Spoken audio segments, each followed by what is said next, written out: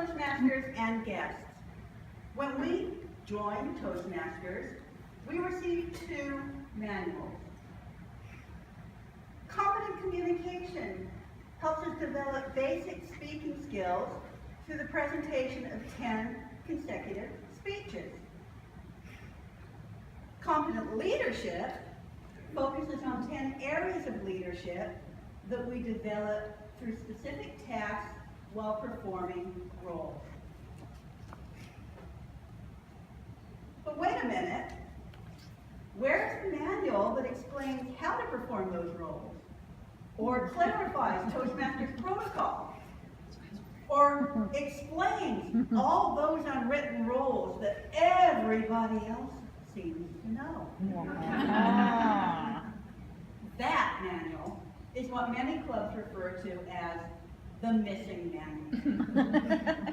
Many clubs, but not professional women Toastmasters. Oh no, PWT's missing manual isn't missing at all. Professional women Toastmasters actually wrote down the unwritten rules. And they're right here in PWT's Performance and Duties Reference Guide. If you have a question that's related to a PWT meeting, this is the place to go for the answers. For example, when you're exchanging a lecture, such as Trish and I just did, who crosses in front of whom? Fortunately, the explanation is right here on page 4 in the guide. I have a role, but I can't fill it. I need to find a replacement. How do I do that?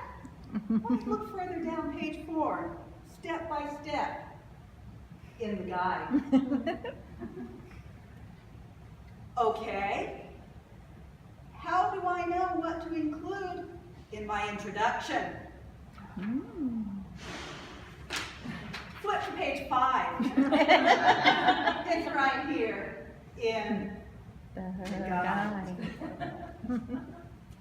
As a matter of fact, no matter what role you get assigned to at a meeting, from Toastmaster and General Evaluator to Timer and Word of the Day, step-by-step instructions for each of those roles are laid out for you in the guide.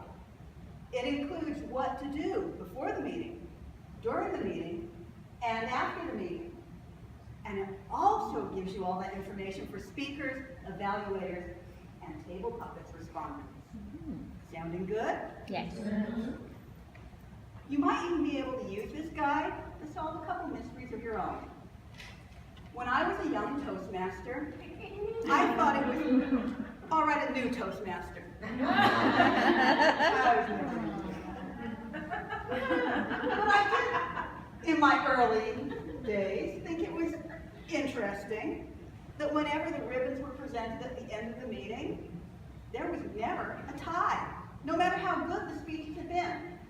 That was until I read, page 19. Did you know the ballot counter doesn't vote unless there's a tie? No. Right? The answer's right here in the guide. If you don't already have your own personal copy of this guide, you can download it at our website, professionalwomentoastmasters.org, under Member Resources. It won't answer every Toastmasters question you can possibly come up with. It's only 24 pages. But it is a good adjunct to your mentor, and it's a great reference for a quick review or clarification. Remember, if you have a question that's meeting related, chances are the answer is in the guide. Page 12.